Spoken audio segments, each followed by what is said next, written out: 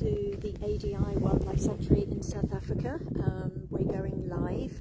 For those of you that were joining us a little bit earlier, Coralie is actually at the moment going under a medical procedure. She's having a spay, but we thought while that was going ahead we would just quickly pop out and see which one of our residents are actually around.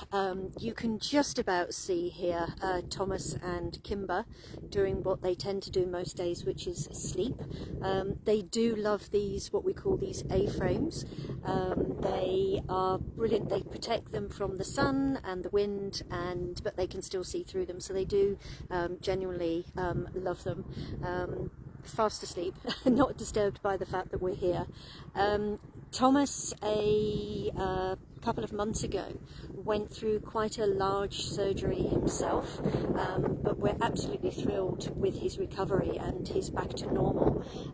He had actually, we have no idea the cause of this, but his intestines had actually sort of looped around one another, and it was very serious. When he left here we were highly concerned, and he went up to Dr. Peter Caldwell, who worked his magic again, and after a very, very long surgery, we had Thomas come back and had to go through quite a rigorous check of his diet. He couldn't eat the meat that he was eating before. We had to give it in very small blocks, but he's absolutely back to normal, and Kimba was thrilled. I'm not sure whether anybody can see down the fence line. We'll try and see. But lying a little further back is actually Sasha Lioness.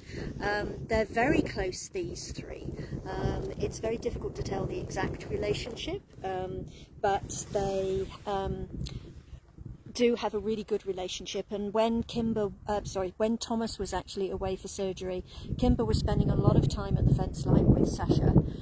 She's lying in the most undignified position, which our lions tend to do. It's a good sign, it means that they're relaxed here, but she's on her back, legs up in the air, warming her tummy up today. It's a little bit chilly wind, but she is, you can see, very relaxed. But yeah, the relationship between these lions is pretty incredible. So I think what we're going to do, if you don't mind joining us for a bit of a bumper drive, we're actually going to go down and see Tarzan, so I can give you a little bit of an update of how he is doing. So we're going to get into our fabulous circuses. I'm going to get Trevor to multitask and drive, but you'll be able to see a little bit of the sanctuary as we go along and we do this. So just bear with us at the moment. So yes, so we have Tomas and Kimba's habitat, and next to that is Sasha. They spend an awful lot of time, I'm going to say at the top end. It probably doesn't mean a lot to you, but it's the opposite end of where their night houses are. It's a little bit bare at this time of year. It is winter here, and winter in this part of South Africa we don't get any rain, so that's why, you know, there's not fresh green grass. But you can see in the habitats there are still bushes, we still have trees which give them shade, and we've also got their dens. We've also, and it might seem a little strange, put their travel crates that they came to ADI Wildlife Sanctuary initially in, and they actually really enjoy lying in them. So whether it's a place of comfort for them, we don't know, but they thoroughly enjoy it, so they're dotted around the habitats as well. So this, as we go along, is actually Sasha's habitat, and then the one on the left-hand side is where David is living. David, I think earlier, was in his feeding camp, resting there, but they have the freedom to go wherever they want, the feeding camps or the main habitats.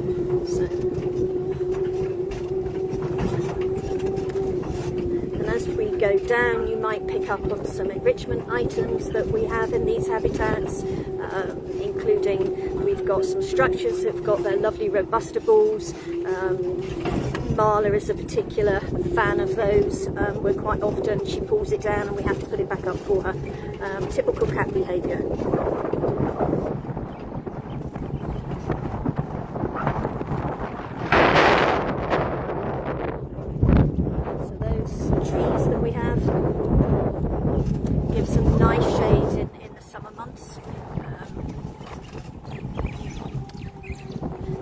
David has in his habitat what is a old water reservoir, and in the summer months that is really cool for him to go in there. So we're just going to pop down and then we're going to head, we'll pass David, I'm sure, he can come and see us. And then next to David is Tarzan, who I know a lot of you will be anxious to hear how he's doing after we've just lost Tanya.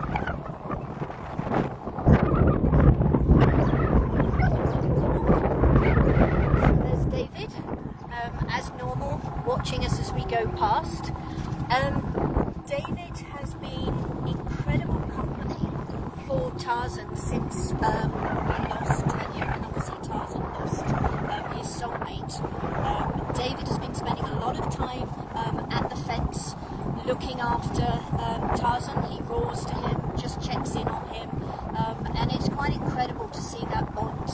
You know, David himself went through the loss of Easy, and it's almost as though he's trying to support Tarzan. So we are with Tarzan now. Just see.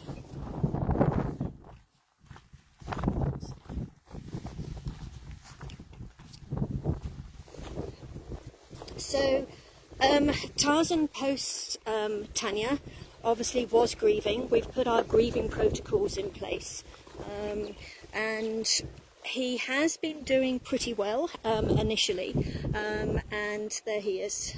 Perhaps he's going to roar for us. And then just before the weekend he started to feel a little bit poorly. He does have osteoarthritis, which we do medicate for, so we conferred with Dr. Caldwell at the weekend. We've changed his medication and he's doing considerably better. His appetite has improved.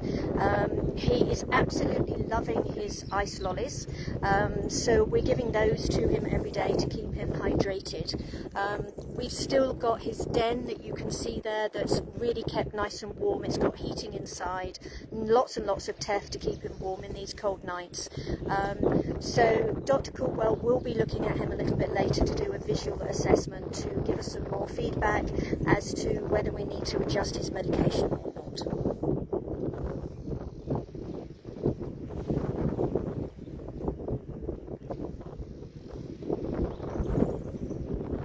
So David and Tarzan have been roaring together, which has been really nice to see. I think, you know, Tarzan maybe struggled a little bit for the first few days. He's clearly still missing Tanya, but he's pretty resilient. We've been quite surprised.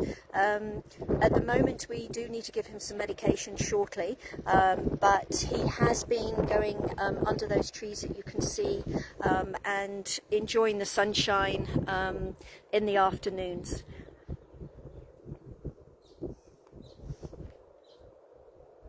So we are just going to quickly pop back to see how things are going with Coralie. So we will join you again a little bit later, but thank you very much. Please do keep popping in during the daytime. We'll try and give a little bit of a heads up when we will go live, but thank you for joining and keep with us during the day.